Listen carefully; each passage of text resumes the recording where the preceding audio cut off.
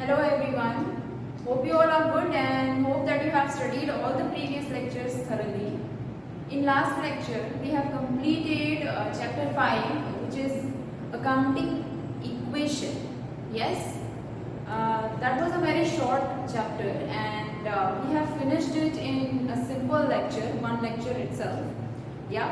And in today's lecture, we are going to start with the next chapter, that is chapter 6, which is subsidiary books. Yes? Now, firstly, let us understand the meaning of subsidiary books. What actually subsidiary books are. Yes? Starting from chapter 1st. In chapter 1, we have understood about the theoretical concept of accounting. What is the definition of accounting? The characteristics, advantages, terminology of accounting, etc. etc. Yes? Then in the second chapter, we have understood about the dual effect of transactions, yes, and types of accounts. Yeah? Third chapter is of course GST. Then we have started with chapter 4, that is journal, yes? And we have completed several illustrations as well as sums from the exercise. Yes? In journal, we have completed up to illustration 12 and thereafter we have started with chapter 5. Yes? That is about accounting equation, which was A equals to C plus L. That is assets equals to capital plus liabilities. Yeah? And a very short chapter. The transactions also related with same we have understood that how do business transactions affect the accounting equation. Yes, every business transaction is having the effect on accounting equation. If assets increase, then on the other side capital or liabilities, the one out of those two will increase with the same amount. That means the amount on both the sides should be equally balanced. The equation needs to be balanced. We have understood several transactions in relation with same. And finally, the next chapter, chapter 6, that is subsidiary books, that we are going to start in today's lecture. Yes, subsidiary books is the 6th chapter and is very easy.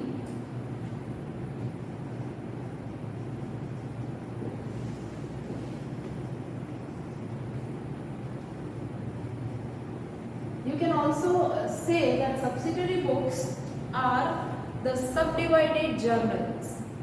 Yes? Understand one thing. What do you do in journal? Yes? Journal, the 4th chapter that you have learned. What do you do with that? You write down all the transactions in journal. All type of transactions together. Yes? So let it be the transactions of purchase, let it be the transactions of sale, trade discount, cash discount. Trade discount of course is not recorded but is calculated on the amount.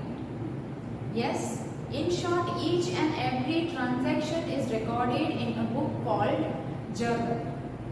Yes, purchase, sales, purchase of goods, purchase of assets, sales return, purchase return, everything is written in a book called journal. Yes, the basic book of accounting. Yes, journal entry is written for each and every transaction that takes place. Yeah. Now, just imagine one thing. Consider a simple example here.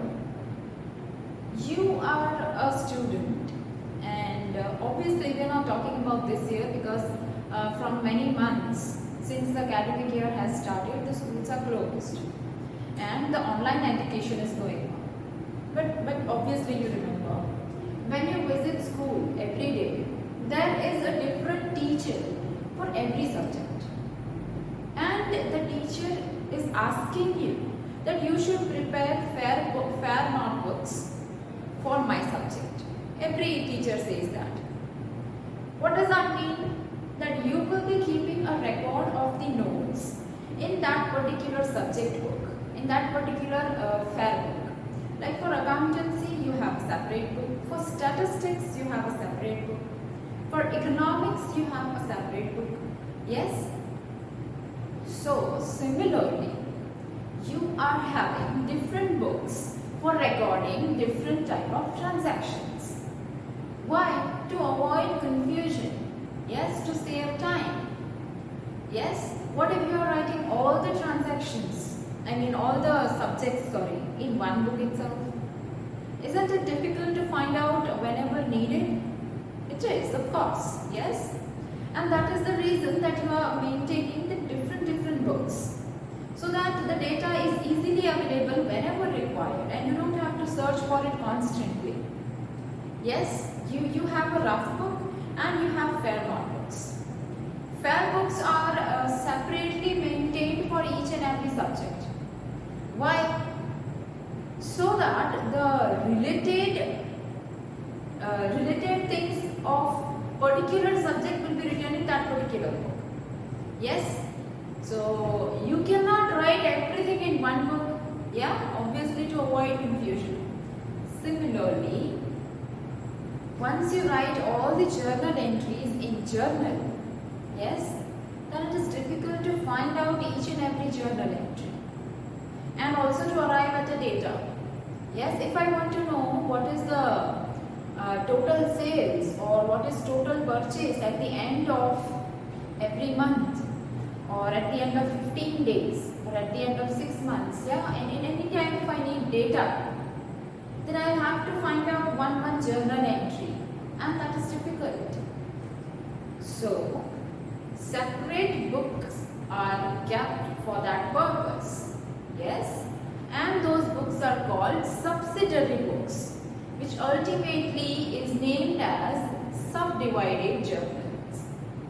Like the transactions related to purchase, you will be recording in purchase. Transactions related to sales, you will be writing in sales book. Then about sales return, you will be writing in sales return book. Yes? So, let us see. You are provided with the names of subsidiary books in your textbook. Chapter 6, of course, as per the new book and types of subsidiary books, we are going to start right now. Let me read the definition. Subsidiary books refer to the journals kept for specific transactions of similar nature. Yes, the transactions of similar nature are recorded in specific books, and that is called subsidiary book. Like all the purchase transactions will be recorded in purchase book. All the sales transactions will be recorded in sales book. Yes. Subsidiary books are also known as day books. A separate book for each subdivision is maintained. For example, for recording all credit purchase transactions, purchase book is prepared. And for recording all credit sales transactions, sales book is prepared. Yes? An important thing here is that you can record only credit transactions. Yes, for cash transactions again there is a separate book. Yes, everything will be clear at the end of this chapter. We have still just started, so please do not get confused. Finally, moving towards the types of subsidiary books, the main topic that we want to deal with. You have a table there in your textbook if you can see. Each enterprise keeps subsidiary books as per their business requirements. Generally, following subsidiary books are used in large business. Yes? There are many subsidiary books, and all the business enterprise, they keep subsidiary books as per their requirements. Yes? So, usually the large enterprise, the subsidiary books maintained by the large enterprise is explained here. Name of subsidiary books. The very first is cash book, also known as cash journal. Yes, in that the first one is simple cash book, second is cash and bank columnar cash book, or cash and discount columnar cash book, or bank and discount columnar cash book. Then cash, bank and discount columnar cash book. Now see, what we are supposed to understand understand for now is that it is cash book. Which cash book? 3 types are given. That you will understand in the next chapter, which is itself a cash book. Yes, the 7th chapter. वो chapter का नाम ही cash book है. So that we'll understand in that chapter, not for now. Yes, but cash book is a subsidiary book, also known as cash journal. 3 types. Which type of transactions are recorded in which cash book will be explained to you very precisely in the next chapter. Yes. Then the second one, that is goods subsidiary books. Goods subsidiary books, that means transactions related to goods. Yes, and for that we are having 4 subsidiary books: purchase book, sales book, purchase return book, sales return book. Yes, starting with purchase book. Now why is purchase book maintained? For recording credit purchase of goods. Firstly, the subsidiary books, goods subsidiary books.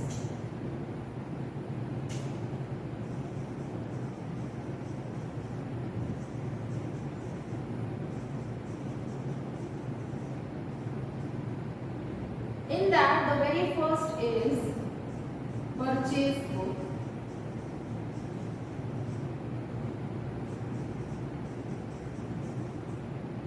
What is recorded in purchase book?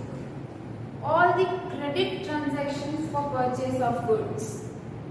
Understand the meaning of credit transaction first. Obviously you know this, but let me repeat, let me revise. Yes? Purchased goods of rupees 5,000 from buyer. This is a credit transaction. Purchased goods of rupees 5,000 from buyer for cash. This is a cash transaction. Yes? So, in purchase book, the first transaction only can be recorded. Purchased goods of rupees 5,000 from buyer. The name of the party is mentioned. Goods have been purchased. This is a credit transaction. And purchase book. In this book, all the transactions for credit purchase of goods are always recorded. No other transaction can be recorded in this book. Yes? Credit purchase of goods is recorded here. Then what about the cash purchase of goods? It is written in cash. All the transactions, cash transactions are recorded in cash. Yes? And all the credit transactions for purchase of goods are recorded in purchase book.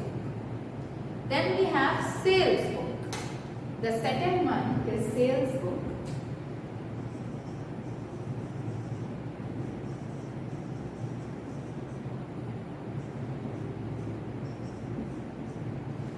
Yes, all the credit transactions of goods, yes, that have been sold on credit, for recording credit sale of goods is recorded in sales book. Then the next one is purchase return book.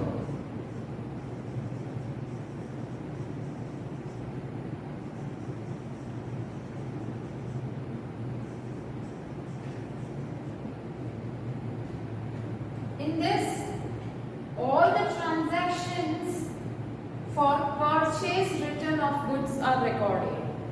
For recording credit purchase return of goods. Similarly, and lastly, for sales return book,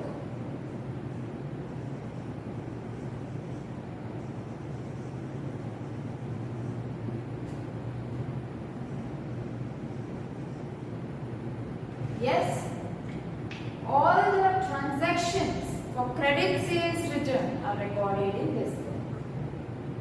Your chapter, subsidiary books, the chapter 6, revolves around these 4 subsidiary books. Obviously, you are having cash book. While understanding the types of subsidiary books, the very first thing mentioned is cash book. But cash book, you are having a separate chapter, the very next chapter to this. And secondly, these are the subsidiary books for goods. In this chapter, all these 4 books we are going to learn. How to prepare these books that we are going to learn in this chapter. And thereafter, subsidiary books for bills and journal proper. Journal proper is also the chapter next to cash book. Yes? So even that we are not going to learn in this chapter. Yes? Fine then. And about bills receivable book, bills payable book, I will let you know while studying this chapter. Yes? And if I am not wrong, we also have a chapter for the transactions of bill in second part maybe. Yes? So even that books we are not going to learn in this particular chapter. In this chapter we are going to learn about this books. Yeah, sorry. So starting with purchase book first of all. There are 4 books. Goods subsidiary books is all what you are supposed to learn in this chapter. Yeah. And the very first book is purchase book. Yeah, which we are going to start. The advantages of subsidiary books, of course, you will read once, and you have a chart there. Types of goods, subsidiary books. Purchase book. What do you record? The credit purchase. An important point. Always the credit purchase.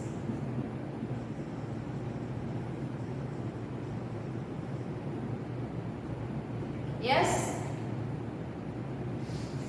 So let us read a bit of theory for the same. Subsidiary book. I am reading about purchase book. Subsidiary book in which only credit purchase transactions are recorded is called purchase book. The goods in which a trader deals in credit purchase and sales, the credit purchase details are recorded in purchase book. So what they are trying to say is all the credit transactions for purchase of goods is recorded in purchase book. Yes, cash transactions for purchase of goods are recorded in cash book. Yeah. The second point, you need to highlight these points, they are very important. Cash purchase transactions and purchase of any other assets. The most important point here, cash purchase transactions and purchase of any other assets are not recorded in purchase book. In purchase book, firstly, the first rule is that you will record only credit transactions related to goods, not assets. Secondly, cash purchase of goods cannot be recorded in purchase book. Purchase of any asset, let it be credit, cash, cannot be recorded in purchase book. Yes? Then, partial cash transactions, the most important point, partial cash transactions and partial credit transactions are considered as credit transactions and are recorded in purchase book. While doing chapter 4, that is journal, you were having many transactions that goods of so and so rupees has been purchased from so and so party, and half amount is paid by check or half amount is paid in cash. Reverse to this, you were having transactions that goods have been sold to so and so party and half amount is received in cash. Yes, we have understood this sort of transactions. Yes. So how to record these transactions in subsidiary books, that is the question. Now that transaction was half cash, half credit. Yes.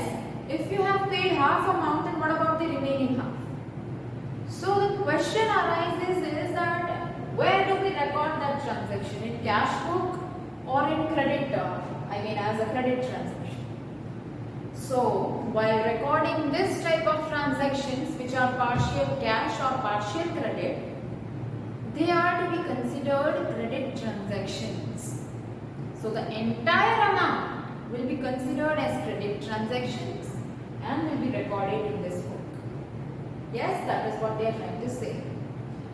All these rules that I am explaining are very important for you to memorize and to understand, because our sums are completely based on the rules that I am explaining about purchase book, and the same rules are applied to sales book even, but from the perspective of sales. Yes, so you should please pay attention. You should try to understand each and every point that I am explaining. Yes? Fine. Let us read ahead. Net amount of credit purchase of goods is recorded in purchase book. Now what is net amount? If you remember about discount, the two types of discount, trade discount and cash discount. As I said, trade discount is to be calculated but is not to be shown in the books. Yes? Cash discount can be calculated only after calculating trade discount, and is to be calculated on cash transactions only. Yes? Do we record cash transactions in purchase book? No. So, cash discount will never be considered at the time of recording transactions in purchase book. That is a common sense. Yes? And talking about the net amount, which amount you are going to write in purchase book? Always the amount after deducting trade discount. That is given in your textbook. Net amount of purchase that you will record.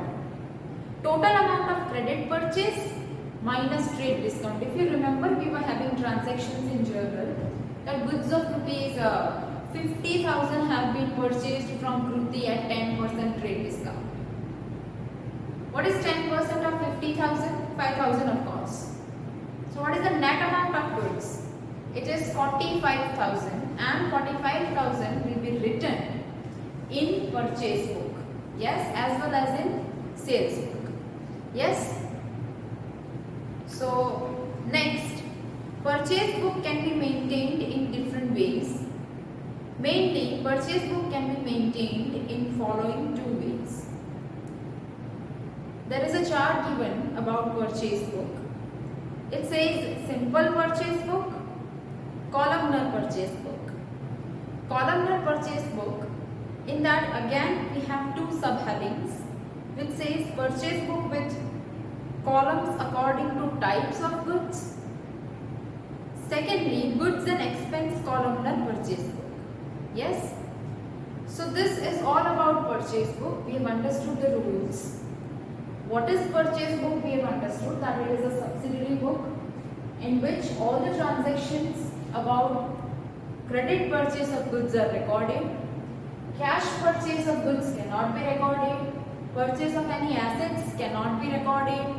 And the net amount of goods is always to be recorded. Net amount is what? The price of the goods minus trade discount. Yes? And lastly, the partial cash transaction and partial credit transaction is completely considered as credit transaction, and the entire amount of that transaction will be recorded in purchase book. Yes? The similar rules will be applied even at the time of sales book, which is again a second subsidiary book related with goods. And then we have a chart that we have gone through about purchase book, the two types, simple purchase book and columnar purchase book. In columnar purchase book, according to the types of goods and on the basis of expenses. Yes, so one by one we will be learning all of them, but for now we are going to consider simple purchase book. Yes. So simple purchase book, if you will see in your textbook, just below the chart you are having a specimen of same. Simple purchase book, when a businessman is purchasing only one type of goods, that means a businessman, he deals with only one type of goods. Yes, during that time simple purchase book is prepared and the specimen for which is given, which is date, name of supplier, import invoice number, ledger folio number and amount. Yes, so this is the specimen for purchase book that we are going to understand now.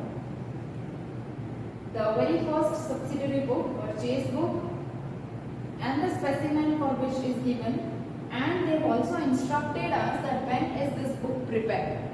It is prepared only when a trader is dealing with one type of goods. Yes? So the specimen for that is given. The very first column is date.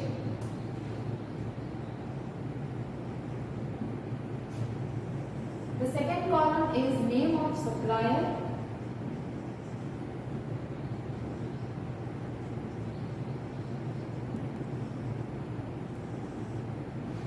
Date, of course, there is nothing to explain in that. Name of supplier is the person from whom you have purchased goods on credit. Yes, that means our creditors. Then you have inward invoice number.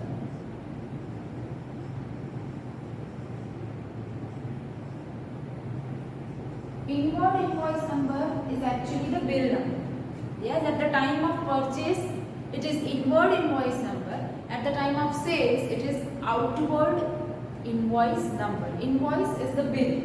Yes, and then you have ledger folio number. Of course, we are not writing anything in that column. We are not writing even at the time of journal. Lastly, the column of amount. And this is the specimen for simple purchase book. Yes, date, name of supplier, inward invoice number, ledger folio number, and amount. So whenever in the question you are asked to prepare simple purchase book, this should be your format. Yes, like just the way you are having a format for journal, similarly this is the format for simple purchase book. Of course, you will be writing the heading, purchase book of Shri so and so. The name of the owner will be given in the question. Yes, and you will write down the purchase book of Shri so and so, the name of the owner, whatever is given in the question. You will prepare a precise format. You will write down the date here, the name of the party here. Of course, the credit transactions are always recorded in purchase book. So always there will be the name of the party in the transaction and simply the name of the party. The creditor is to be written here. The person from whom you are purchasing goods will appear here. Next, the bill number. Bill will be sent by the other party that you are supposed to pay this much amount for the purchase that you have made with us. So if it is given in the transaction, you will write down bill number. Then in ledger folio number, nothing appears. Yes, what is ledger folio number? That you will understand in the chapter ledger, which is given after journal. So please, there is no need of thinking about it right now. And lastly, the amount. Which amount? The net price. And what is net price of goods? Price of goods minus trade discount. Yes, and which transactions you will record in purchase book? The credit purchase of goods. Yes, only purchase related transactions, not related to sales. Yes. So the rules about purchase book are given in the paragraph that we have understood, that which type of transactions you are going to record. Yes, and we have also understood a specimen about purchase book which is given on the board. Same you are going to write in your books. You will understand the same, and the columns, the specific columns of the specimen have been explained after the specimen, and there is no need of going through that as I have explained everything. So finally, after considering all the points and learning the specimen of purchase book, we can now start with illustration 1, which is about preparing a simple purchase book.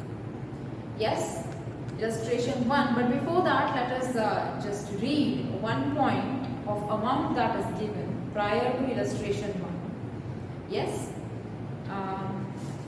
amount of net purchase arrived at after deducting trade discount is recorded in this column. Yes.